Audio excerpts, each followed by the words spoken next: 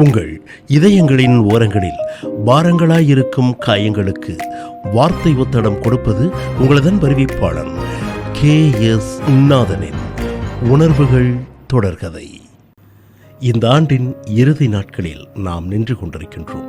மெலிதாக கொஞ்சம் திரும்பி பார்த்தால் நாம் கடந்து வந்த சந்தோஷங்கள், மகிழ்ச்சியான தருணங்கள், இழப்புகள், துன்பங்கள், கவலைகள் என எல்லாம் கலந்த கலவையாக இருக்கும். இன்னும் சில நாட்களில் புத்தாண்டு வாழ்த்துக்களை பரிமாற காத்திருக்கும் நாம் எல்லோருக்கும் வாழ்த்துக்களை சொல்லிவிடப் போவது இல்லை.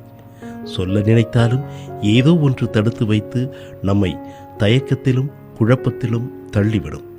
யாரோ சிலரிடம் நமக்கு கோபம் இருக்கலாம், ஈகோ இருக்கலாம், சண்டைகள் வந்திருக்கலாம். அதனால் அவர்களுக்கெல்லாம் நம் வாழ்த்துக்களை சொல்லி நம் வீராப்புகளையும் நமது மரியாதையையும் நமது கௌரவத்தையும் இழக்க விரும்ப மாட்டோம்.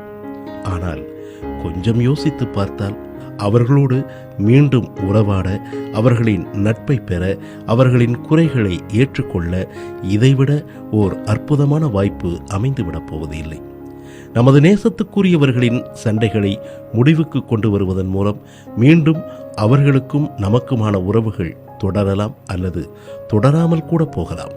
இருந்தாலும் நமக்கு ஒரு மன திருப்தியாவது இருக்கும். ஏனென்றால் காலம் கடந்து யோசித்து பார்க்கின்ற பொழுது உறவுகளை புதுப்பித்துக் கொள்ள வாய்ப்புகள் இல்லாமல் கூட போய்விடும்.